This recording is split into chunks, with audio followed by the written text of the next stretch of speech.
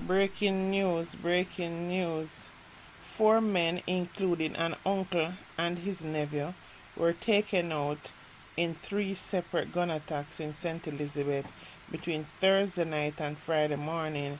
The deceased are 46-year-old O'Neil Benjamin, a farm worker of Elim District, 46-year-old fisherman Trevor Morgan, and his 29-year-old nephew, Rajay Hagigal, both from Goshen, and Lennox Leekman of Content, all in St. Elizabeth.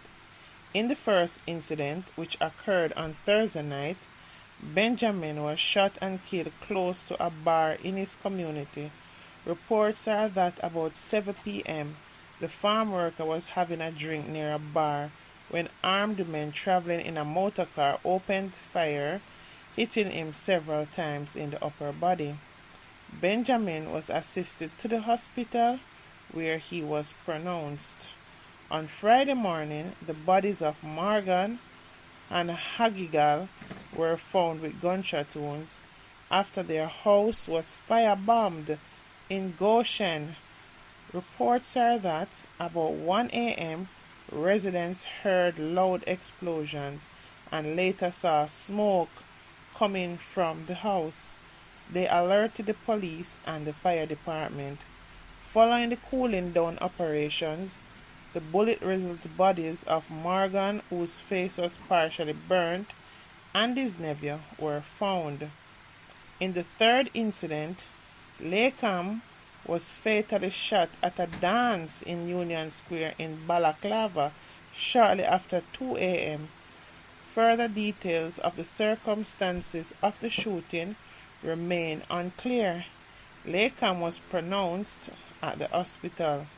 The St. Elizabeth police are probing the overall developments to establish the respective motives for the takeout of all these people. You know what is blatant to see? That this seems like some kind of drive-by shooting going on, like them going on some robbery and killing spree.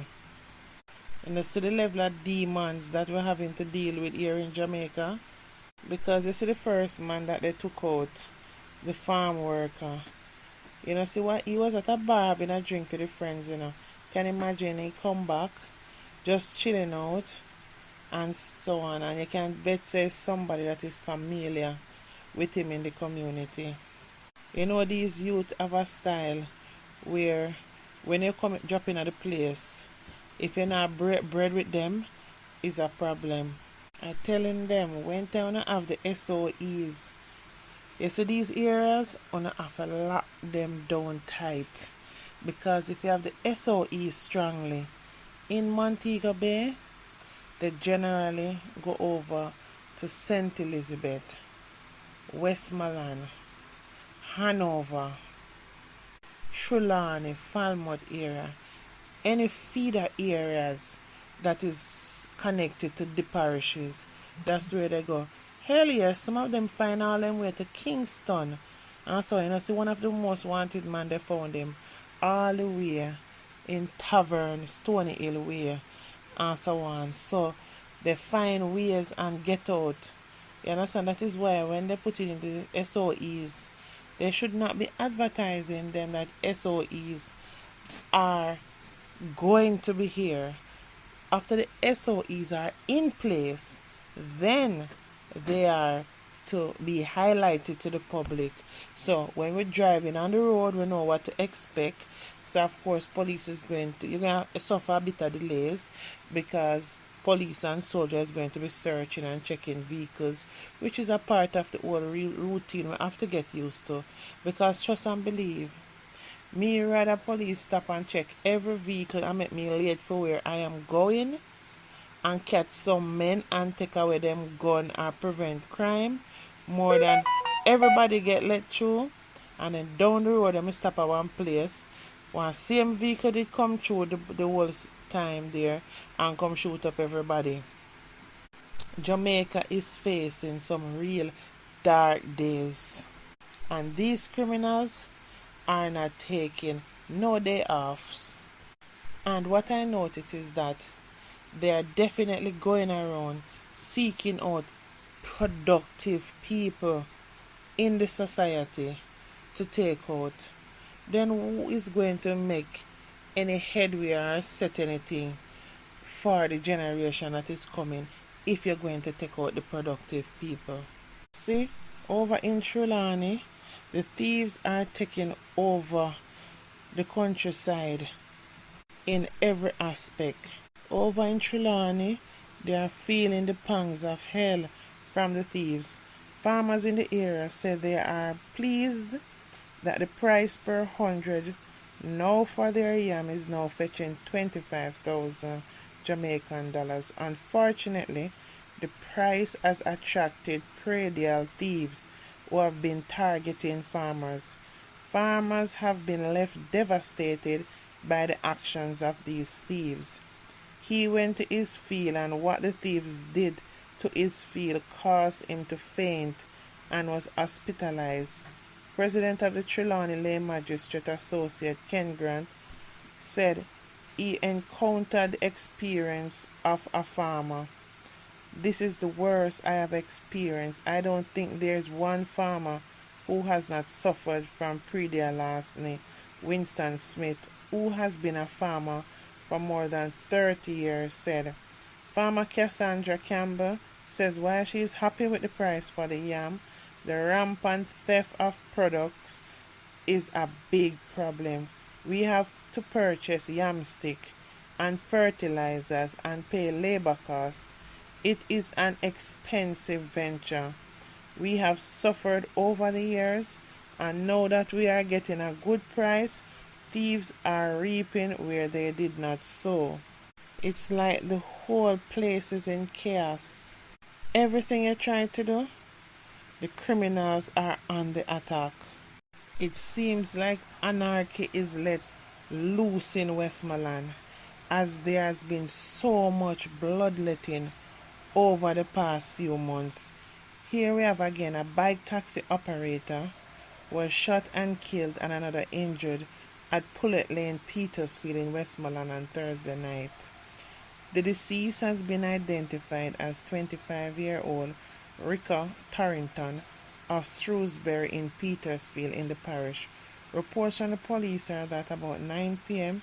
Torrington and the other man were traveling on a motorcycle when upon reaching a section of the roadway they were pounced upon by unknown assailants who opened fire at them.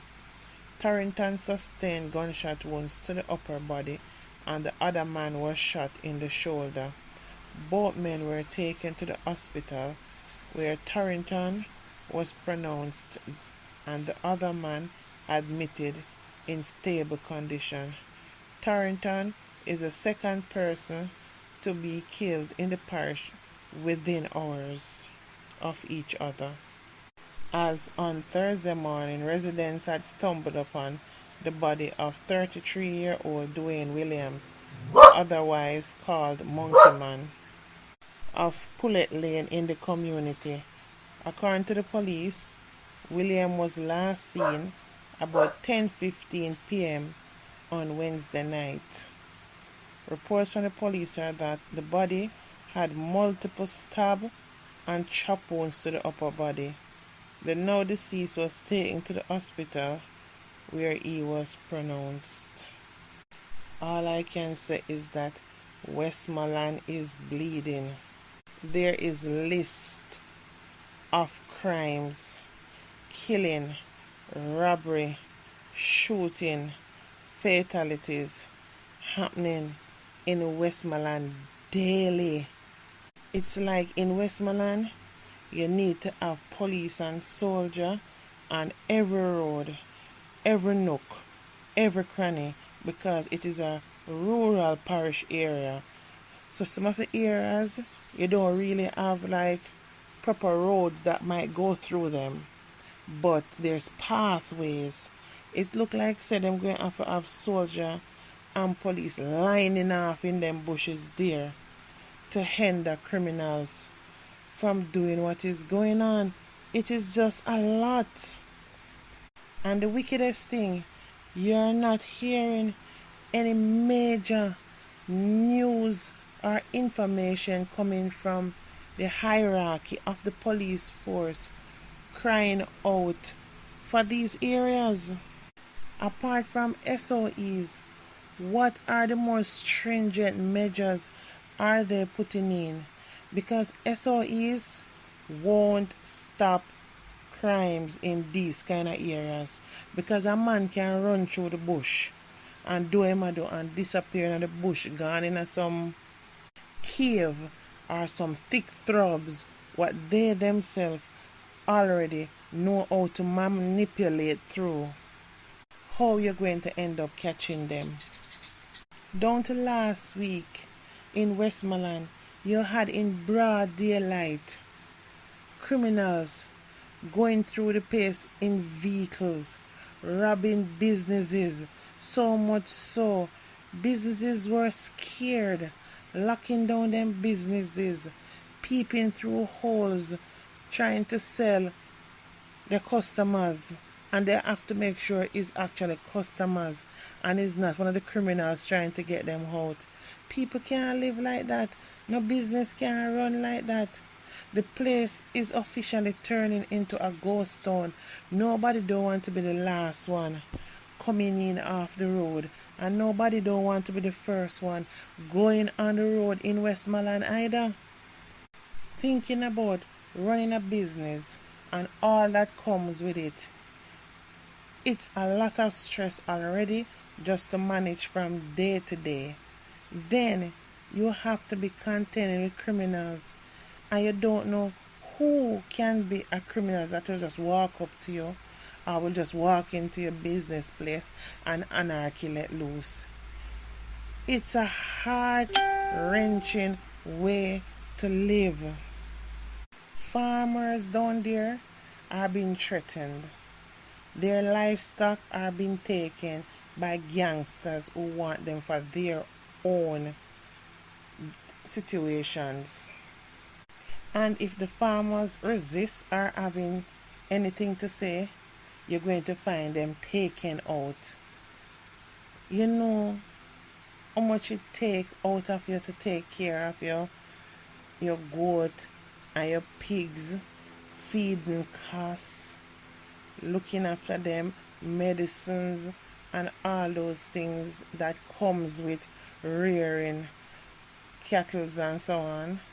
And then on top of it, when it reach the level of fruitation where you should be able to get a money for it, criminals just come and say they want that one and they want that, and guess what happened? There's absolutely nothing you can do because you will lose your life. Then out in the town, almost the same things is happening to the business places, because these men are loose out there, armed, setting on the business people them, escorting them, robbing them. Even when you give them still turn around and rob you same way. What people are going to do? People can't live like that. Some drastic draconian measures needed to be implemented into these areas. And it doesn't help the fact that the Chief Justice himself said that even when you hold these criminals and bring them to court, if the system is not following through to do the appropriate paperwork and put things in place to make sure enough evidence is there to send away these people, you're only going to hold them for your time, and you're going to come right back out the road again, and there's absolutely nothing you can do again, and then come back twice as worse as they were before they went to lock up. I don't know if the Prime Minister Andrew Holness is really understanding that Jamaica is totally falling apart, and all those little areas where you could be your nature hideout, going in down the parishes during holidays and Christmas time and summertime and so on. Think again about your safety, because through those places you have bushes where they can run off into, your life is at risk, and that is the facts. You have to know what you're doing and be very alert, be very cautious, and be very wise how you move going down in the country areas right now.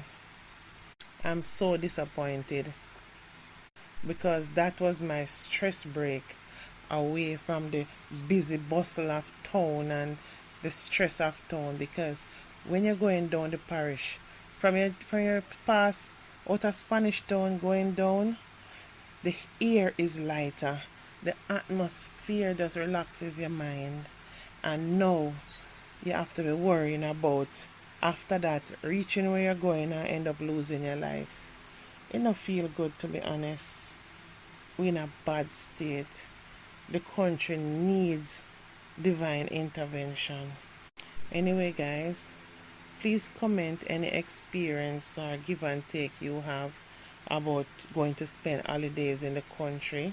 Or do you still look forward to it, and what precautions you are taking, and what would you advise other people to do in terms of what precautions they can take as well. Anyway, guys, please remember to like, comment, and subscribe to my platform, please. Love you all. Bye for now.